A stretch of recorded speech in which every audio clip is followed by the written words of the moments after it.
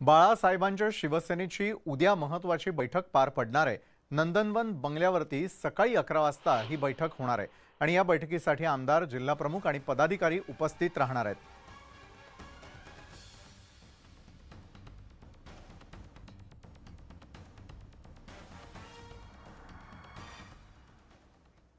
शिवप्रतिष्ठान हिंदुस्थानचे संभाजी भिडे पुन्हा एकदा वादग्रस्त वक्तव्यामुळे चर्चेत आहेत।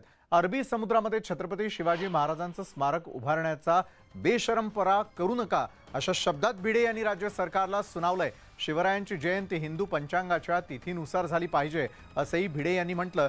जुन्नर इथे शिवप्रतिष्ठानच्या धारकऱ्यांच्या गटकोट मोहिमेच्या सांगता सभेत ते बोलत होते आणि यावेळी संभाजी भिडेंना अश्रू अनावर झाल्याचंही पाहायला मिळालं।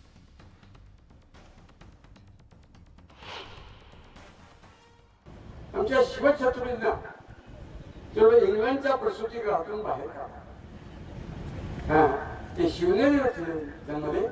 त्यांचा जन्म भारतीय हिंदू पंचांगाच्या तिथीनुसारच झाला पाहिजे। चार शिवछत्रपतींनी भारतीय पंचांगाप्रमाणे शिवशक सुरू केला। महाराष्ट्र राज्य नको इतके पुतळे समुद्रात त्यांचं स्मारक, त्या समुद्राच्या स्मारकाचा आणि शिवछत्रपतींच्या आयुष्याला काही संबंध नाही। कोट्यवधी रुपये खर्च करणार ते स्मारक करण्याचा बेशरमपणा करू नका।